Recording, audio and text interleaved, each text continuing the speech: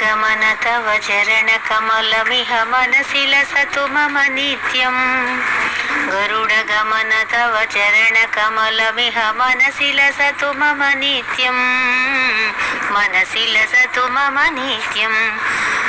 मम तापमपाकुरु देवा मम पापमपाकुरु देवा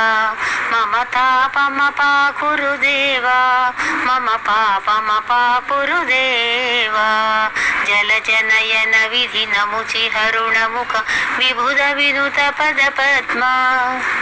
जलजनयन विधि नमुचि हरणमुख विबुध विनुत पद पद्मा विबुध विनुत पद पद्मा मम तापमपाकुरु देवा मम पापमपाकुरु देवा मम तापमपाकुरु देवा मम पापमपाकुरु देवा भुजगशयन भव मदन जनक मम जनन मरण भयहारी भुजगशयन भव मदन जनक मम जनन मरण भयहारी जनन मरण भयहारी मम तापमपाकुरु देवा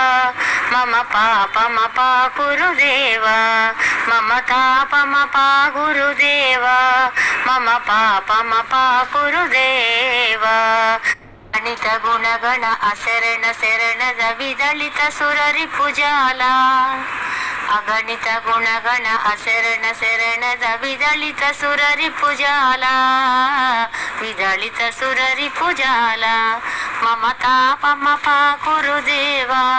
मम पापमपाकुरु देवा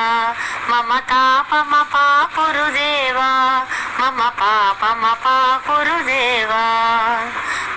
भक्तवर्यमिह भूरि करुणया पाहि भारती तीर्थम् भक्तवर्यमिह भूरि करुणया पाहि भारती तीर्थम् पाहि भारती तीर्थम् मम तापमपाकुरु देवा मम पापमपाकुरु देवा मम तापमपाकुरु देवा मम पापमपाकुरु देवा